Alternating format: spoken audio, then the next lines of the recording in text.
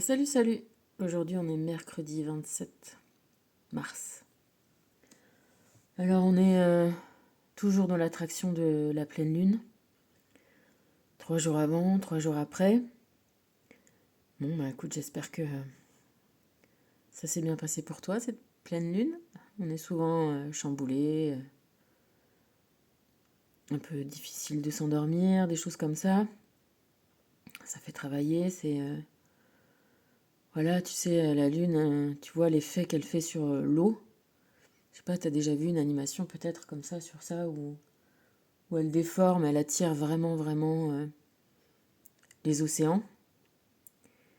Et nous, vu qu'on est normalement plus de 70% d'eau, on a souvent des effets aussi notables sur nos organismes. Voilà, après, on est plus ou moins sensible et on est plus ou moins réceptif à ce qui nous arrive.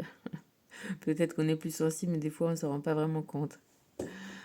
Bref, donc voilà, aujourd'hui mercredi, le jour de Mercure, Hermès, donc le voyageur, musicien, guérisseur, le, le malin de l'histoire, personnage attachant et très...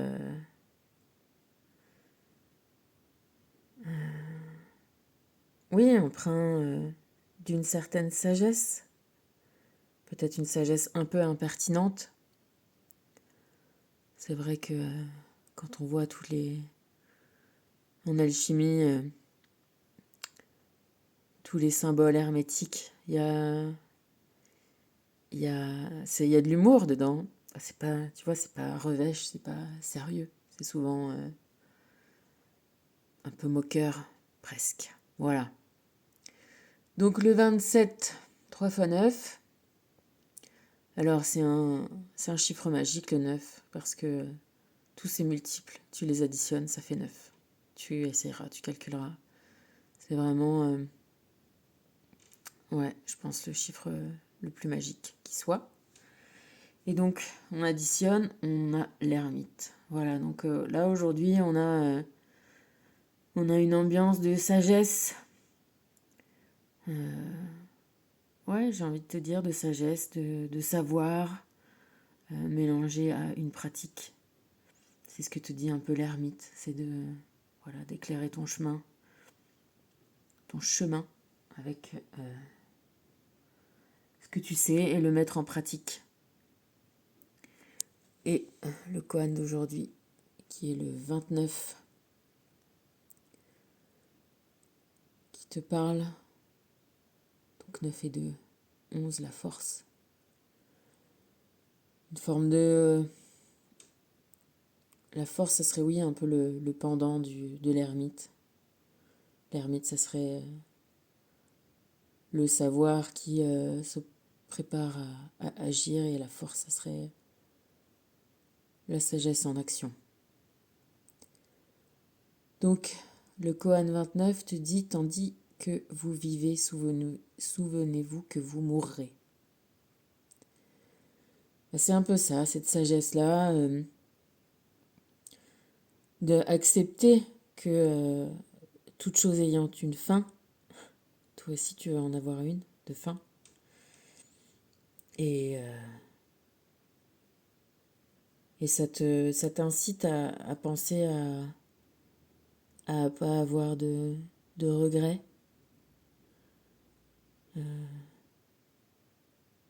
Et de profiter en fait. Voilà, de profiter de cet espace-temps qui t'est donné pour réaliser des choses et qui seraient en accord avec ton cœur. Et te libérer de ce sentiment de devoir faire ci, devoir faire ça par rapport à des normes. On va revenir à la petite prison mentale, sortir de cette prison-là et accepter la mort et s'en servir pour la voir comme la fin du voyage, tu vois, comme arrêter de la diaboliser, mais peut-être la voir comme le soulagement, tu vois, comme, je sais pas, moi, si tu fais une course, un marathon, bah, s'il y avait jamais de fin, ce serait quand même pas drôle. Il y a un deadline, il y a une échéance, et, et c'est plutôt bien d'avoir des échéances, c'est motivant. Donc le voir plutôt comme une motivation à se réaliser, une motivation à montrer, à se montrer et à montrer aux autres quelle personne on est véritablement. Et arrêter de rêver cette personne-là, mais la faire exister. Voilà. Donc, comme Hermès, comme Hermès a pris un bâton de roseau, a fait des trous et en a fait une flûte, tu vois, c'est ça un peu l'histoire. C'est fais de ta vie un art, une jolie musique, une belle peinture, une belle sculpture, quelque chose qui te ressemble. Donc les énergies divines te disent de prendre les rênes. Bah c'est mieux, hein, plutôt que, tu sais, là j'ai l'image de quelqu'un qui se serait empêtré dans ses rênes et qui se ferait tirer par son cheval, tu sais, derrière le cheval, à mort de la poussière. Non, prends bien les rênes en main. Par les petites choses, tu sais, c'est souvent les petites choses qui changent toutes les grandes choses. Les petites choses, tu vois. Comme à cheval, tu tires un peu à droite, tu tires un peu à gauche, et ça change tout. En tout cas, c'est à ta portée, ça, sois-en sûr. Irradie de lumière, ben, tu es la lumière. T'es la lumière qui se reflète dans l'eau. C'est magique. C'est la plus belle des choses, non? Voilà, donc...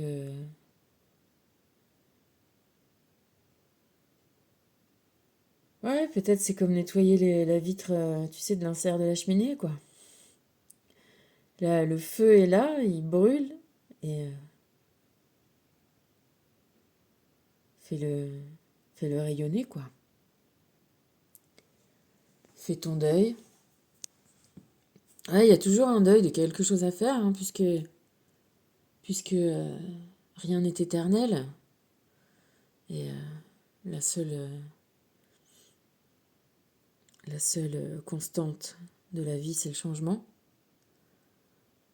Donc fais peut-être le deuil de ce que tu étais pour t'ouvrir à ce que tu es réellement.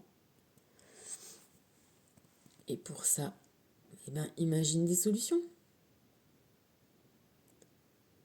Chaque chose qui se fait dans la matière a d'abord eu une vie invisible dans ton esprit, dans l'esprit de quelqu'un. Et si tu te dis que c'est possible, si tu le sais, si tu le crois, et si tu te bouges, eh ben ça va le faire. Dans le 27, il y a le 7, il y a le chariot. Le chariot, ça avance. Métatron te parle de lieux karmiques avec les arbres, toujours les arbres. Tu as besoin de te ressourcer dans un endroit calme. Tu as une très vieille âme et tu as voyagé dans plusieurs pays. Voyager, ça veut dire vivre, hein, je pense. Tu as vécu dans plusieurs pays.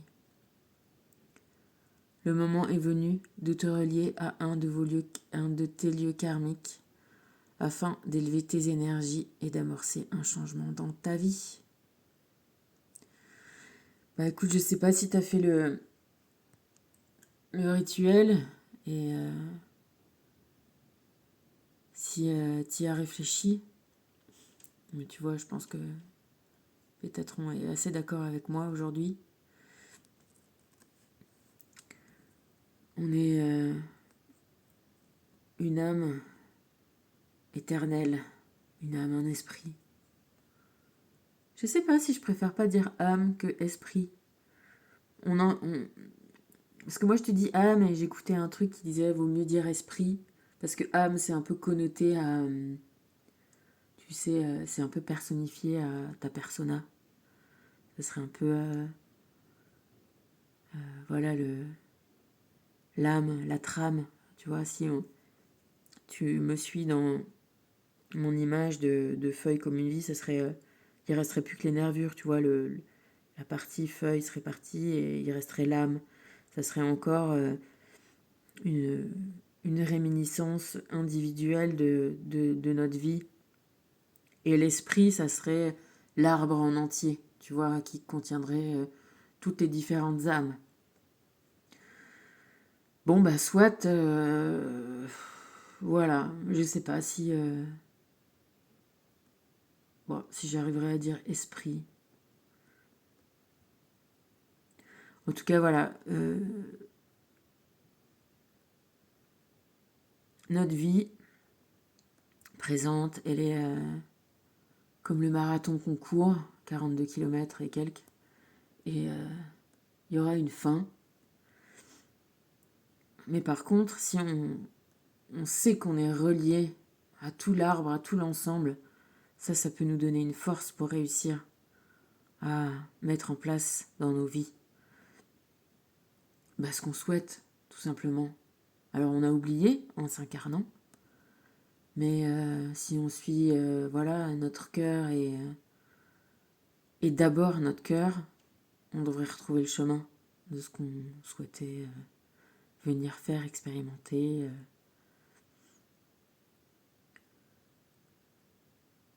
Et manifestement, vu que ça fait plusieurs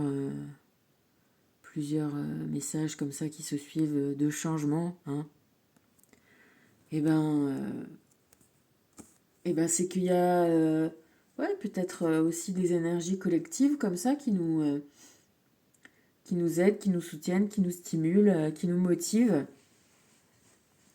à y arriver, tu vois. Et moi, je suis dans le même cas que toi. Je suis dans le même marathon. Et, euh, et voilà, hein, on y va tous ensemble. Parce que finalement, le monde en a besoin. Tu vois, on en a tous besoin un peu individuellement. Et, euh, et si on s'accroche et si on change les petites choses et petit à petit, petite victoire sur petite victoire, tu sais, c'est vraiment voilà, sur nous-mêmes, sur des petites choses dans nos relations humaines, dans notre façon d'imposer et de poser une à une, tu sais, les pierres sur lesquelles on va pouvoir marcher. Eh ben, ça nous satisfait, nous, et je pense que ça fait qu'au final, le monde va un peu plus dans la bonne direction, il me semble. Que nous dit les sceaux de Salomon? On nous parle de la lune, tu vois, bah ouais, on était sur la lune. La pleine lune, une lune en éclipse en plus. C'est bien, ça permet tu sais aussi voilà, de repartir à zéro, quoi. Des fois, ça faut des petits resets comme ça dans la vie. Ça fait du bien. Donc, deuxième saut de la lune. 21, tu sais, c'est le monde hein, en tarot. Alors, mots-clés. Protège des catastrophes naturelles, expulse les dangers. Message relationnel. Ce n'est qu'en s'ouvrant au monde et à l'autre que l'on pourra construire une relation de qualité. La solitude ou la fusion à deux ne serait pas favorable dans le contexte actuel. Message de prospérité. Ce que l'on réussira ne se fera qu'avec une conscience collective.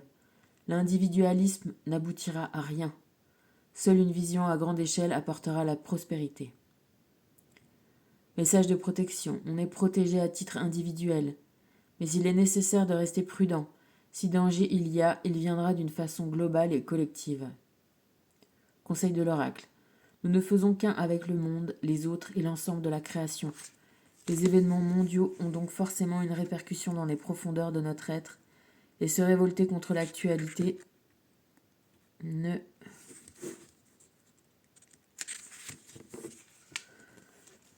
fait que retarder une occasion de grandir individuellement.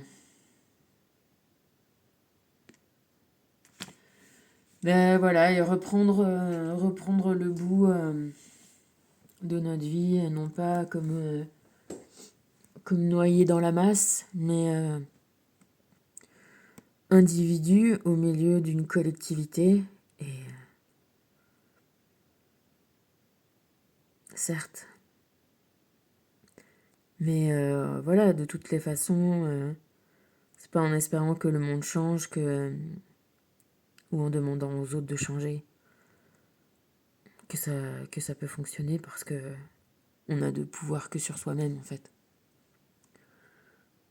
Mais par contre, le fait de prendre le pouvoir sur soi-même, ça peut avoir d'une part les bonnes répercussions pour soi-même et d'autre part être un exemple. Et c'est bien aussi. Ça peut avoir des répercussions beaucoup plus importantes que ce qu'on peut s'imaginer. Donc c'est tout bénef, quoi, hein, en fait. Bon, allez. Gros bisous. J'ai pas pu être là hier. Désolée. Mais voilà, faire ce qu'on peut tous les jours, un petit peu. C'est comme ça qu'on avance. Allez, gros bisous.